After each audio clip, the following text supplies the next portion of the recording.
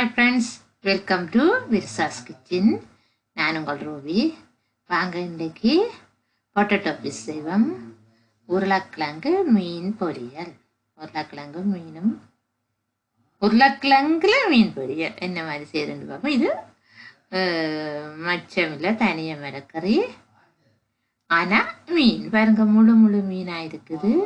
ஏதாவது விசேஷங்களுக்கு எல்லாம் இது செய்து வச்சா நல்லா இருக்கும். பர்த்டே பார்ட்டி அதுகளுக்கெல்லாம் அடக்கி விட்டால் மீனை முழுசாக பொரிச்சிருக்கிற மாதிரி இருக்கும். யாராவது இதுக்கு வைப்பாங்க, இது என்னடா மீனை எப்படி பொரித்து வச்சுருக்குறீங்க, அல்லது ஈவினிங் டீயோட குடிக்கிறதுக்கு நல்லா இருக்கும்.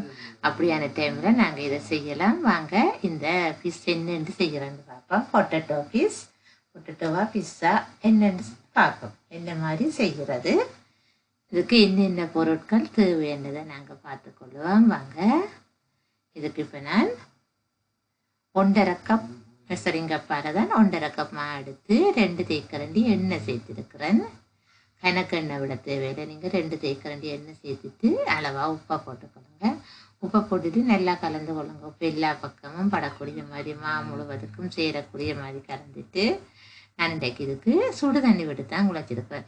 பச்சை தண்ணி விட்டால் நல்லா இழுபட்டு வரும். அப்போ நான் இழுபடாமல் இருக்கட்டும்ன்றதுக்காக சுடு தண்ணி விட்டு குழச்சிருக்கிறேன். உங்களுக்கு விருப்பம் வந்து நீங்கள் விட்டு குழைங்க.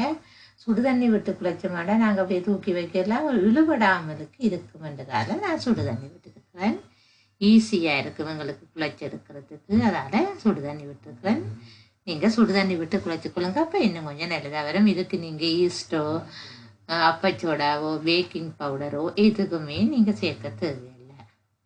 ஆனால் நல்ல சுவையானதாக இருக்கும், நல்ல டேஸ்டாக இருக்கும்.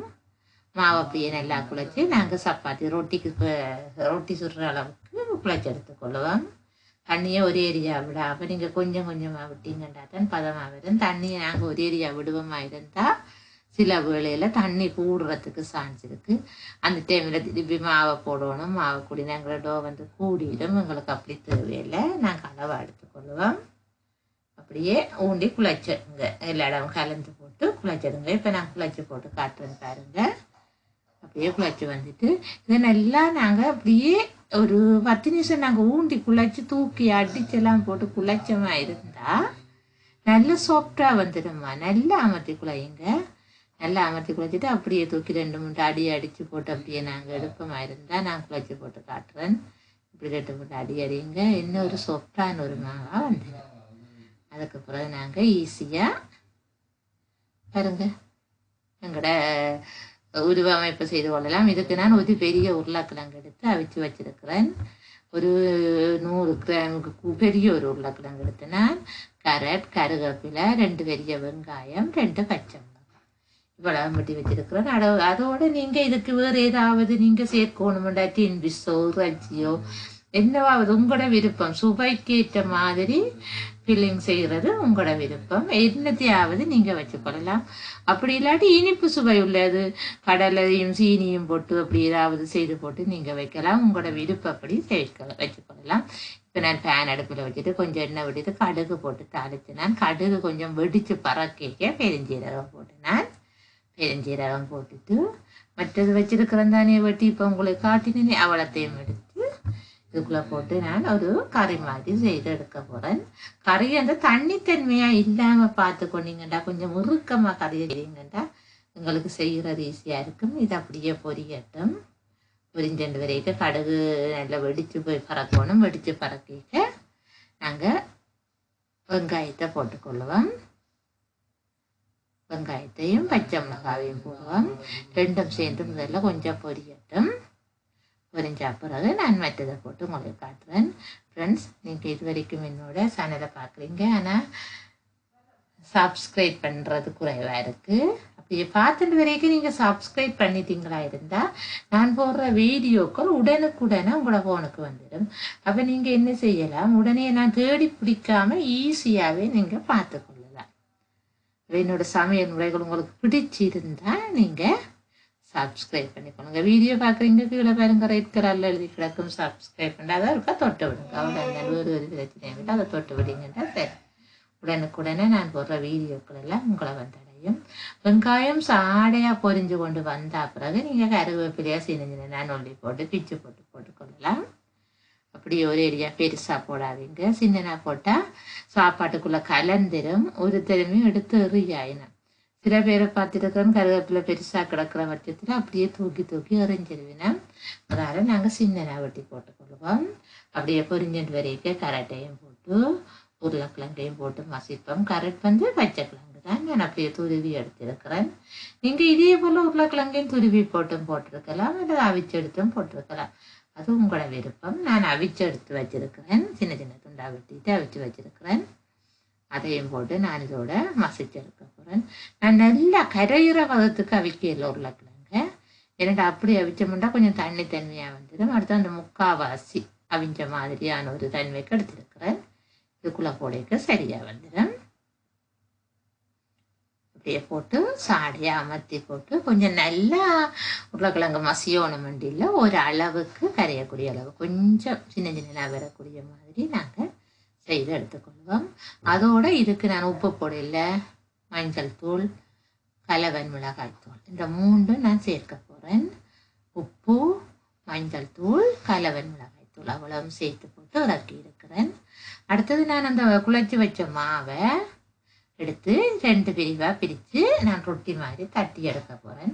நல்ல சாஃப்டாக வந்துட்டு அப்படியே நான் குழச்சி வச்சுட்டு இந்த கறி செய்துட்டு வேற அது நல்ல சாஃப்டாக வந்துட்டு பாருங்கள். இதை இப்படியே தட்டி ரொட்டி மாதிரி நாங்கள் தட்டி கொள்ளுவோம். அநேகமாக நாங்கள் நீள் சதுரமாக தண்டின வேண்டாம், எங்களுக்கு மீன் செய்கிறது ஈஸியாக இருக்கும். நீங்கள் உங்களுக்கு பெரிய மீன் வேணுமெண்டா இல்லை பெருசாக செய்து கொள்ளுங்க, அல்லது நான் சின்ன சின்ன மீன் இந்த மீன் ஒரு 2 மீன் போடைக்க 1/4 கிலோ வரக்கூடிய அளவுக்கான மீன் செய்திருக்கிறேன். இப்படியே வெட்டி போட்டு இதை நான் 4 பீஸாக வெட்டி நான் சைட்டுகளை வெட்டி எடுத்துட்டு 4 பீஸாக வெட்டி இருக்கிறேன்.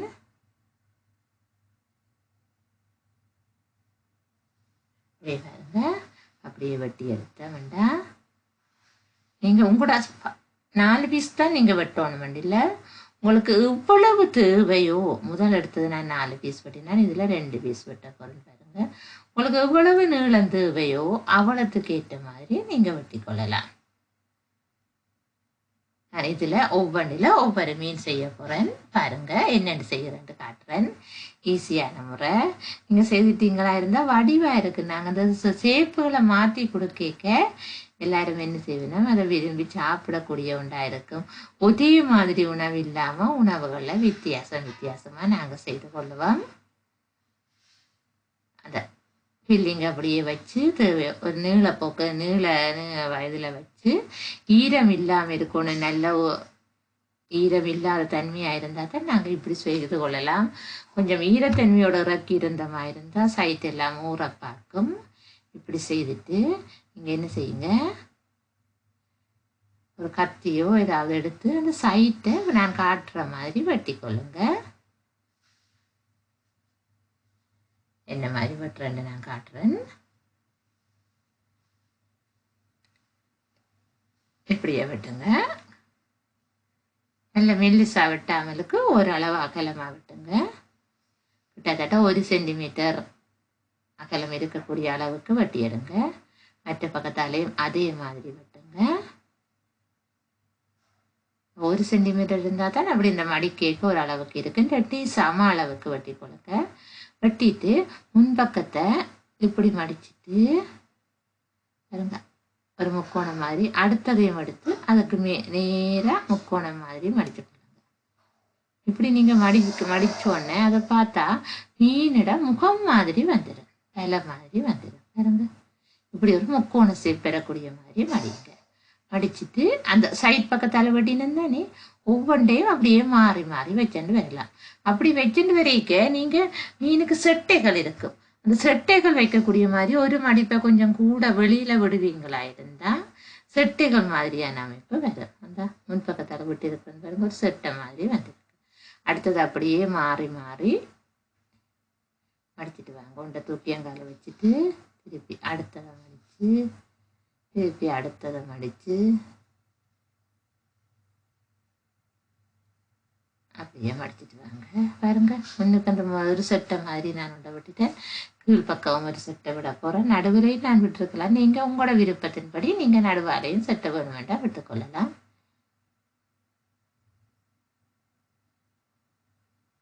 இறக்கைகள் மீனின் அந்த சைட்டில் உள்ளதை சொல்கிறது இறக்கைகள் அப்படியே மடிச்சிட்டு வாங்க. மாறி மாறி ஒண்டை விட்டு ஒண்டா நீங்கள் மடிச்சுட்டு வரீங்க பாருங்க. ஒரு மீன் அமைப்பு வருது. கீழ்ப்பக்கத்தை பார்த்தா மீனோட வால் மாதிரியான ஒரு ஷேப் வருது பாருங்க. நீங்க அப்படியே வச்சு போட்டு சின்ன சின்ன வெட்டலாம். நான் சாடியா மடிச்சு விட போறேன். நீங்க இப்படியே விட்டு இருந்தாலும் மீனோட செட்டை வடிவா இருக்கும். இப்படியே நான் மடிச்சு விட போறேன். நான் மெல்லிய சட்டையா, சில மீனுக்கு வால் மெல்லிசா இருக்கும், சிலதுக்கு வி ஷேப்ல விரிஞ்சிருக்கும். உங்களுக்கு எப்படி நீங்க அந்த மீனின் வாழை செய்ய போறீங்களோ, செட்டைகளை செய்ய போறீங்களோ அப்படி எடுத்து செய்து கொடுங்க. பிறகு கத்திகால சின்ன சின்ன அப்படியே வெட்டி வெட்டி வெட்டிங்கன்னா மீன் முள்ளு மாதிரியான ஒரு அமைப்பு அங்க வந்துடும்.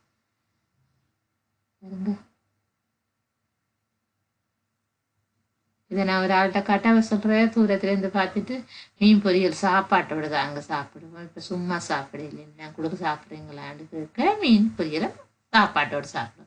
பாருங்க, இப்போ நான் கண் வைக்கல. இப்போ இதுக்கு கண் வச்சாதான் ஒரு மீன் இந்த உருவம் வரும்.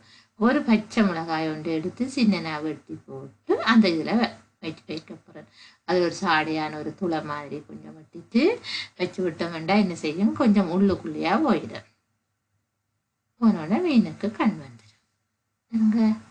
அழகான ஒரு மீன் ஒன்று உருவாகிட்டு. இப்படி நிறைய மீன் நாங்கள் செய்த இதில் எனக்கு 8 மீன் வந்தது.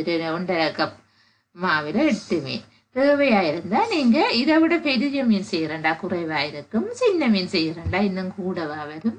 உங்களுக்கு விருப்பமானபடி நீங்கள் மீன்களை செய்து கொள்ளலாம். எடுத்துட்டு ஒரு பேனில் ஒரு கொஞ்சம் எண்ணெயை விட்டுட்டு கொதிக்க விட்டுட்டு மீனை போட்டு நாங்கள் பொரிச்சு எடுக்கிறது தான். உங்களுக்கு விருப்பமாக இருந்தால் இந்த மீனுக்கு மேலால் நீங்கள் உப்பு, மஞ்சள், மிளகாத்தூள் பூசியும் பொரிச்சிருக்கலாம். நான் பூசி பொரிக்கல, ஏனண்டா உள்ளுக்குள்ளே இருக்கிற கறி நல்ல உரைப்பாக இருக்குது, அதால் நான் அப்படி பூசையில் இப்படியே மேலால் போட்டு நல்ல ஒரு மீன் பொரியல் எடுத்தோம். அன்றைக்கு ஈவினிங் நாங்கள் நல்லா சாப்பிட்டோம். நீங்களும் இதே மாதிரி செய்யுங்க.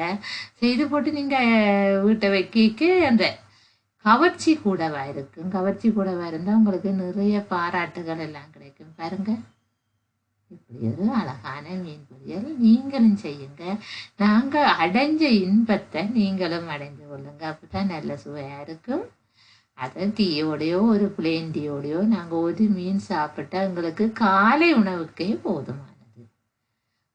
ஆனால் காலை உணவுக்கு இவ்வளவு செய்து கொண்டு இவ்வளவு மெதுவாக செய்து கொண்டு இருக்கிறாது இந்த அவசர உலகத்தில். அதால் நாங்கள் மாலை நேரத்தில் மாலை சிற்றுண்டிக்கு நாங்கள் இப்படி ஒன்று செய்து போட்டு, யாராவது விசிட்டர்ஸ் வீட்டுக்கு வராங்களா இருந்தால் அந்த டைமில் கூட நாங்கள் இப்படி செய்து போட்டு வைக்கலாம். ஃப்ரெண்ட்ஸ், இது வரைக்கும் நீங்கள் என்னோட வீடியோவை பார்த்ததுக்கு எனது மனம் அந்த நன்றிகள். பார்த்ததோட மட்டும் நின்று கொள்ளாமல் சப்ஸ்கிரைப் பண்ணிக்கொள்ளுங்க. அதோடு நீங்கள் இதை விரும்பினீங்களா இருந்தால் இந்த மீன் பொரியலை லைக் பண்ணுங்கள், கமெண்ட் பண்ணுங்கள், உங்களோட விருப்பத்தை கமெண்ட் மூலம் செய்யுங்க, ஷேர் பண்ணுங்கள்.